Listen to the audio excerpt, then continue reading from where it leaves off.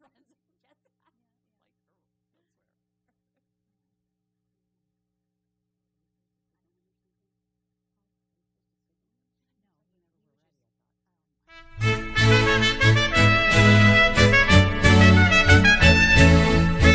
Welcome to the New Orleans Humanist Perspective, presented by the New Orleans Secular Humanist Association, following are a few principles of humanism.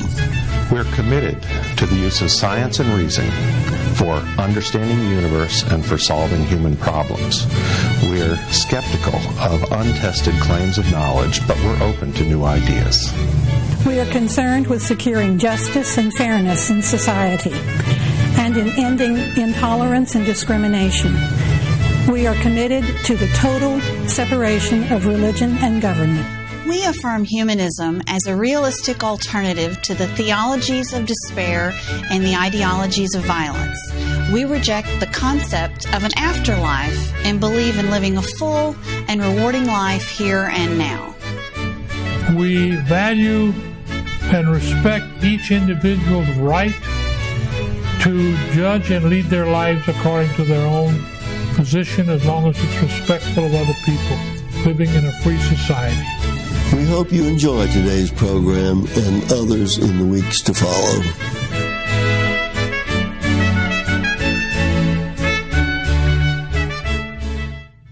Hello, and welcome to another edition of the New Orleans Humanist Perspective. My name is Charlotte Clausen, President of the Board of Directors of the New Orleans Secular Humanist Association, which is the sponsor of this program, and I'll be your host today.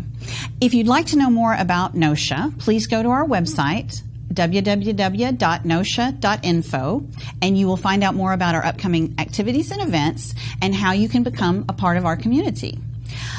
First, I'd like to introduce our guest for today. For those of you who don't know her, Beth Dyke, a little bit about her past. She is a retired professor from the Department of Management at UNO. But what's more interesting is that she has been both a returning guest and as well as a host. She sat in this chair of the Humanist Perspective show, and she is a current NOSHA board member. So welcome, Beth, back to the program. Yeah, happy to be back. So today we were going to tackle something that's quite current and I guess amazing that we're talking about it again, but this is something that's at the forefront of some of the issues we face nationally, that it's two-pronged. Louisiana has just adopted to enact starting this year in public schools that there will be an "In God We Trust" sign in each public school building, is the way I understand it. Right.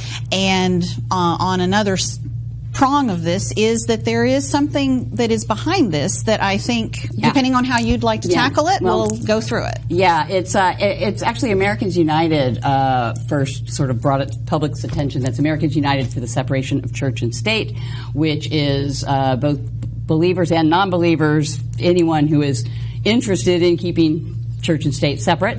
So it's not necessarily a non-religious group, but it's really just about having a secular public life in government.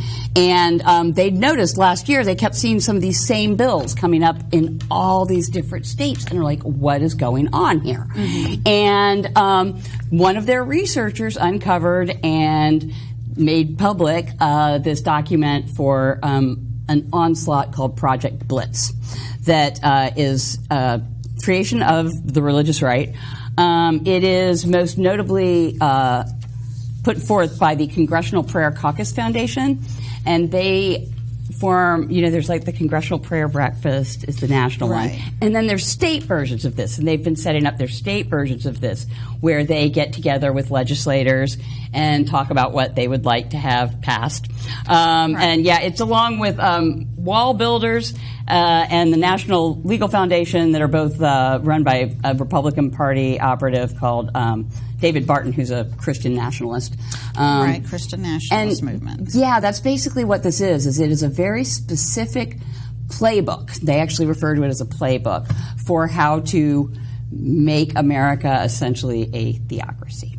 Correct. And this bill, of putting the national motto in schools, is one of their first bills. Right. And yes, I did see that it said that in 2018 there were 70 bills introduced around our country. Yeah. And ours with the public schools is one that made it through. It was introduced by a Democrat. Yes, from Baton Rouge. Right. And it seems to be, as far as I'm assuming, just to kind of look at that bill a little bit, do you understand it that they have to have at least a paper version of their sign in each building that belongs to that school? But now that can mean a lot of different things. Okay. And so this first came up because, of course, someone from a local news program contacted us for a comment. And the one she showed me, I think, was from a Terrebonne Parish school. And it said very largely, in red letters, "In God We Trust," looked to be posted on the office. They could kind of see mailboxes through there. So basically the administration office, which really seems to make it seem like an endorsement of a single God that you should put your trust in by the administration, and which is our problem with it, obviously, that's somewhat divisive and sort of suggests that people who are non-believers, believers in multiple gods, Buddhists who don't really believe in a God, I don't know if Allah is actually included in there, in God We Trust, probably not, that they can't actually be Americans. That they're lesser Americans, that they're not as welcome in our public institutions. But you could have a much smaller thing. It can be, at minimum, it says a paper sign. Right. Okay, could just be written on a piece of paper.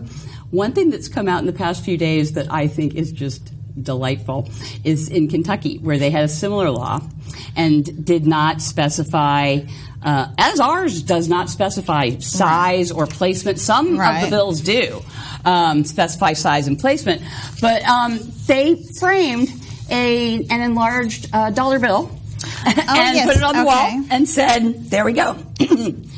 We have our 'In God We Trust' out." And had a little back and forth with one of the lawmakers put it through, who suggested that they were playing political games, like as if you are not. We've got to put this sign in the school to do what?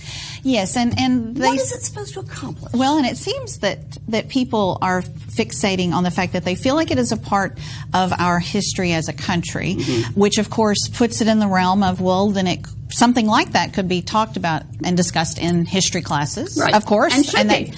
That's where it should be. If it is correct history. And it always seems to me that something like this probably has an official feeling. I think people really take symbolism as much as people pretend that symbolism isn't. Oh, it doesn't quite mean that. It's like, but it's a symbol, so it does mean that. That's what makes it interesting. That's what symbols are. Yes, and so a sign, they symbolize things. And a symbol like that in a public school, especially where it's supposed to kind of be neutral, because all children come with their life and their family, and that should just be respected. When I look back on growing up myself, I think I don't remember this being as divisive. I guess it could have been part of my growing up, but I don't remember there being a sign in a building that I'm aware of. Yeah, it does seem to have gotten very front and center. Yes. And part of it is this organization by this affiliation of right-wing groups to come together, and it's sort of been compared to ALEC, which does this for business, big business interests. Exactly. And this is the religious right version. And their idea is that they have 3 categories of legislation. Yes. And the first one, this is part of this In God We Trust thing, is part of the first one,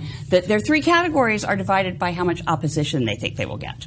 And so the first category is things like the In God We Trust law that it sails through, and they expect them to just sail through every kind of legislature. That you're not going to get more. I had their language here about that they are not going to. That they said that the category 1, their legislation regarding our country's religious heritage. One of them, National Motto Display Act, in public buildings, also on license plates. And our law does also include teaching about the motto, instruction about the motto, but it's really vague what that might mean. And certainly the sponsor of the bill does not seem to know the actual history of this motto, because she says it was part of our country's founding, and students need to know that we were founded on Christian principles. It's like, it was not part of our nation's founding. Our original motto I love, E pluribus unum, out of many, one. Right. It's wonderfully American, recognizes that from our many backgrounds and talents, we come together to form one American people, that's inclusive. And it wasn't until the 50s in the Cold War hysteria that they voted to make In God We Trust our motto, also when they put under God in the Pledge of Allegiance and trying to differentiate from those godless communists. That's right. So it's not part of our founding. No. And it didn't even, it was on the money, it came on the money around the time of the Civil War when both sides were claiming religious justification for their sides and this. Really? I had forgotten that. Thank you for bringing that was the first it came up, mid late 1800s. Yeah. So not part of the nation's founding. So I doubt whether all the schools will actually teach the correct history of this. I don't know who's going to teach it. I know. It does beg or I don't want to use that, but it does make someone wonder who is going to decide what is taught. Because it is, I would say, for anyone with religion or any belief, it is personal in the sense that you're not just looking at it from anything from a legal perspective. And so because it is personal, it's just so, it just really could be that you'd say, well then, whoever gets the job of that, then don't you need to make sure they're doing it right because someone else might disagree? Schools in Louisiana have not always evinced a really good understanding of constitutional principles in terms of religion in public schools. Right. So we don't have a great track record there. Exactly. So we're there.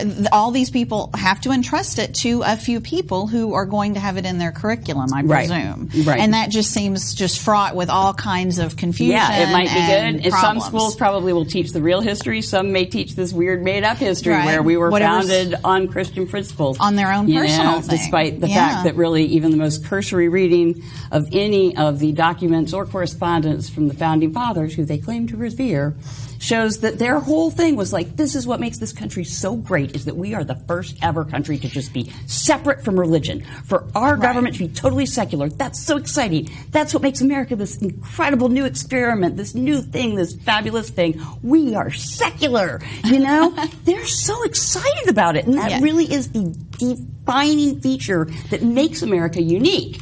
That is actually an exceptional thing, is that America was the first nation to explicitly have a godless constitution that didn't align with any religious authority, that secular authorities weren't, that national secular authorities were not also religious authorities. Right. And so the idea that we are this Christian nation is so counter to the truth, but that's a big part of what they hope to do with some of these early bills. Right. That they don't think they'll get a lot of pushback. Yeah, and then one of them is one they call Civic Literacy Act. That is an act providing for instruction in the content and meaning of the documents that form the foundation of our country's constitutional republic.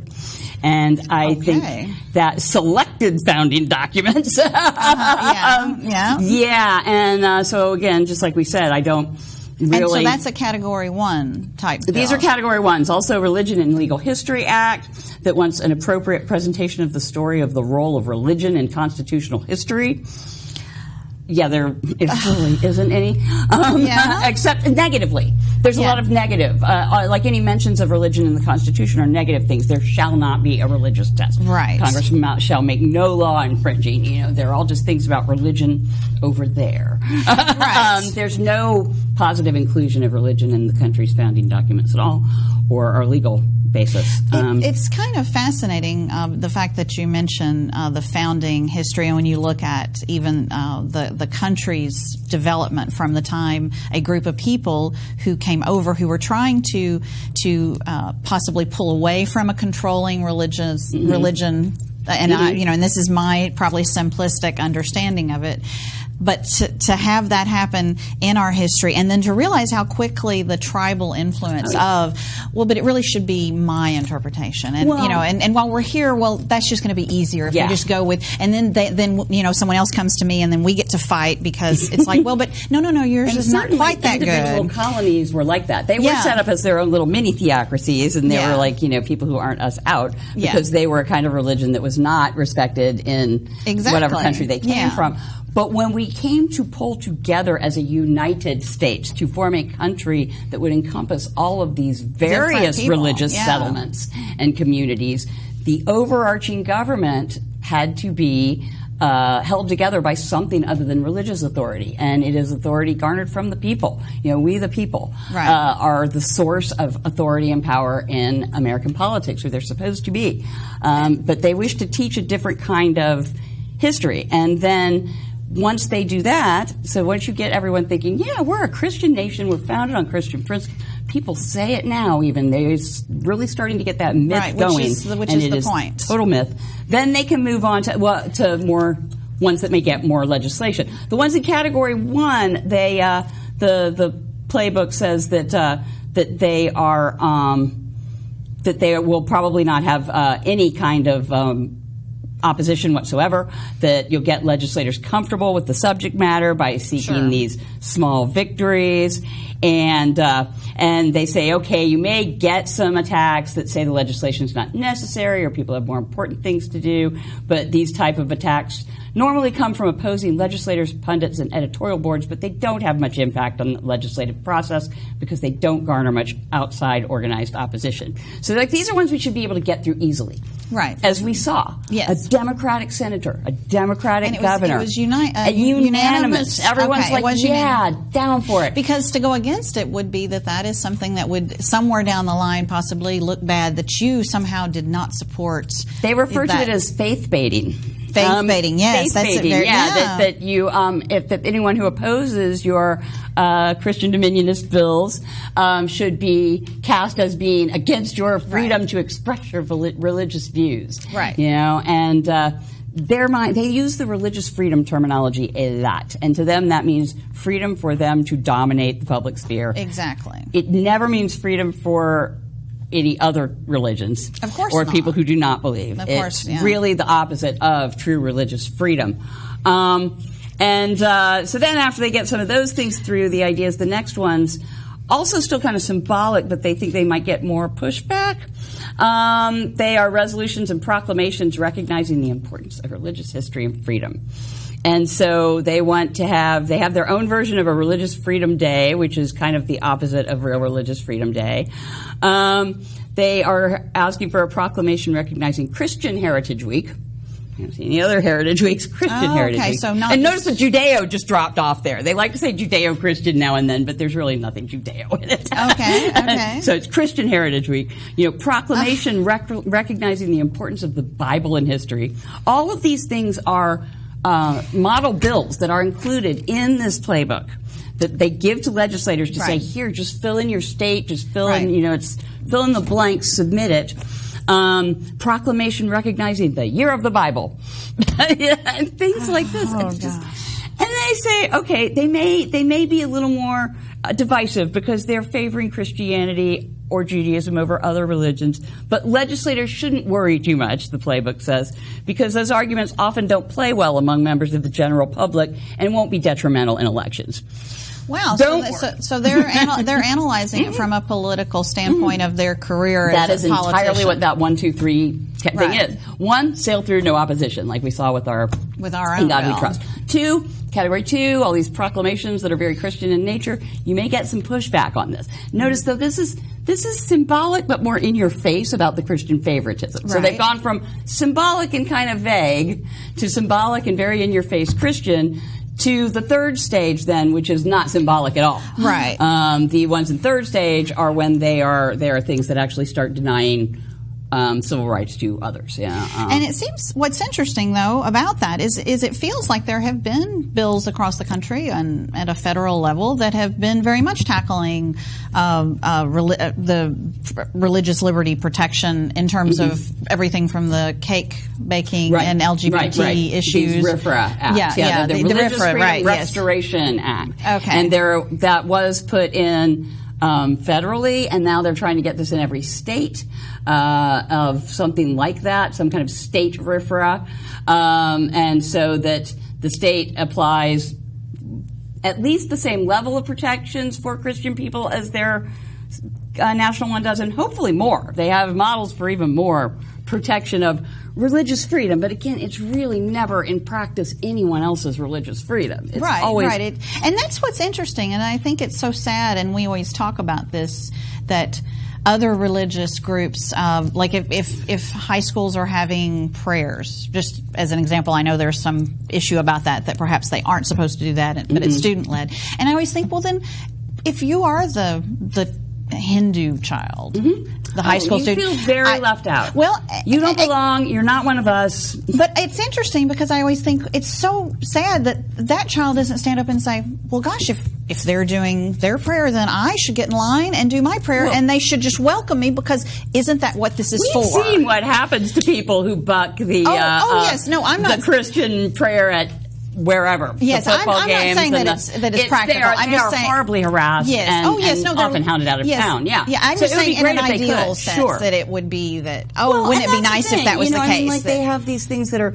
They have bills to make sure children get to pray in school whenever they want. And children already can pray in school to themselves as long as they're not disruptive. Right. You can say grace over your lunch. You can pray on the playground with all the kids. You can pray before a test. Whatever. That is already so legal. Yeah, and they want to create the idea that it's illegal, they're under attack. That there is something different. That there's something to restore with these religious freedom restoration I think that's what makes it, that's what I think stands out, is that it is meant to give the appearance that something is being righted, something is being corrected. And that's a shame, because ultimately students' lives are certainly what they make it. They can pray. Yeah. And no one's ever disputed that. No. But to them, they're a neutral, religiously neutral state, one that does not favor their religion, is somehow persecuting, inhibiting their religious freedom. They don't believe that they have religious freedom unless they have the freedom to impinge on everyone else's rights as well.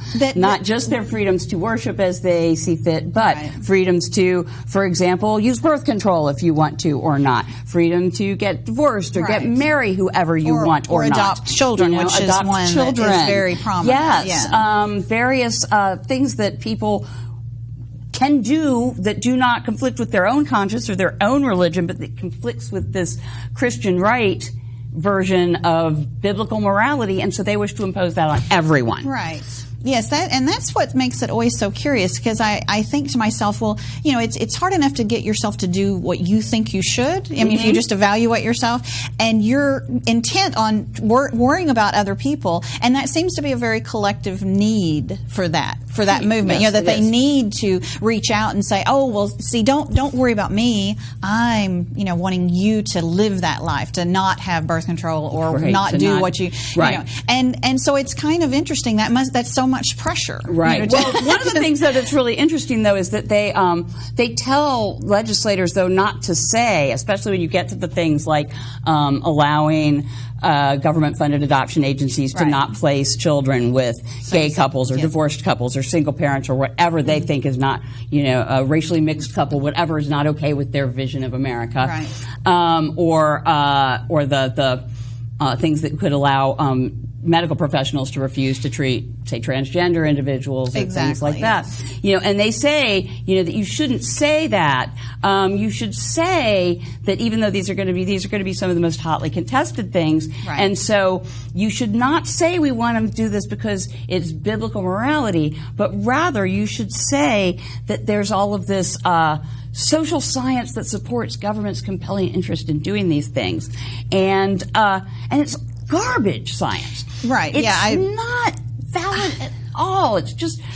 I have always felt that is such a terrible part of our society, that we don't have something that brings out the correct, most advanced and current data, because things change. Right. And you say, when you say that, oh, no, I'm sorry, you're wrong about that. Here is what is accurate. Here is what is correct. I'm sorry, but we can't proceed with that point because you are giving false information. And what's sad is that our society doesn't seem to be angry about that. Well, that's part of that, something that's kind of worked into this. I don't even think it was part of the plan just for them. Serendipitous is this sort of anti-science, anti-intellectual push. Correct. I do want to, I see we're getting short on time. Yes. I do want to make sure that I give people the website where they can get more information. Definitely. One of the best places is kind of a clearinghouse place. It's called blitzwatch.org.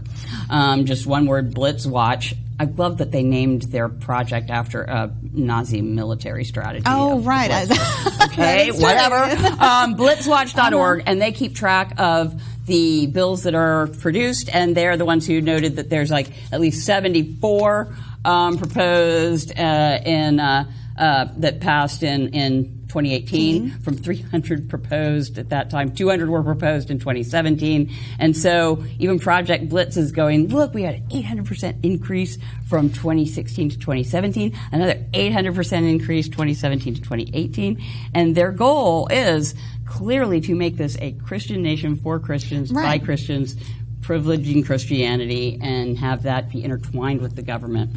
And it truly, which is un-American. Yeah, that is just not acceptable in terms of how we operate as a country. I don't even. And it's bizarre, this notion that you have to be Christian to be American, when in fact the very basis of what made America unique in its founding was that it allowed religious freedom for everyone. Right, that you could do. That was precisely the reason. I don't know. It's almost. I would love to have someone who might come on and actually talk about that, to say, how do you square that with what was going on, that these people were saying, no, we don't want to have the government and people imposing religion on us. We wanted to do our own church, and we assume you want to have your church and your beliefs. And isn't that what diversity is? Well, and then they would probably say, well, so we're the majority, so our religion is the one that it should be. Yes. Not recognizing that there are no laws needed to protect the dominant majority. That's right. Where we need our rights seriously protected and need to monitor them is for the less represented minority. And that's certainly a much more American way to look at it. Their idea that America is a Christian nation is simply false. It is false historically, and they're trying to create this myth so that then they can build on that to actually have Christian biblical principles entwined into our laws and into our public policy, which is just totally. I just don't even know how we. Honestly, we're going to see how Louisiana even handles it. Our judiciary, the federal judiciary, really can't be counted on to help at this point, because some of them will believe that it's become so conservative, and Trump has appointed so many very young, ultra-conservative federal judges at all levels. We think of the Supreme Court, but the district court and appellate courts are very important too. Many, many more of them, and there's just for decades to come. This up the pipeline, conservative hacking of the federal courts who come from this kind of mentality of saying, well, this is okay. And I guess when you're rendering a judgment, sometimes they want it. It's a desire. The newest one is, if your church-state violation has been around for a long time, it's okay. That one, because that was with the crosses, and then they relied on that with that cross thing for a city seal, I think, that had Christian crosses as part of their official seal. Yeah, and they call it something clever. It's clearly religious, but it's been there for so long. And in that Liberty Cross case, they said if things have been there a long time, it's okay. Right. So now we see that applied to another case. That's going to keep going. Yeah, that's a bad precedent to set. And it's very clear that this is a blueprint for how they are trying to do this. It every year. Yeah. And it's good that Blitzwatch.org will help you keep up on what's going on and in your state. Right. You can find each issue and click your state. Well, this has been wonderful, very interesting. Thank you so much, and we hope you join us again soon.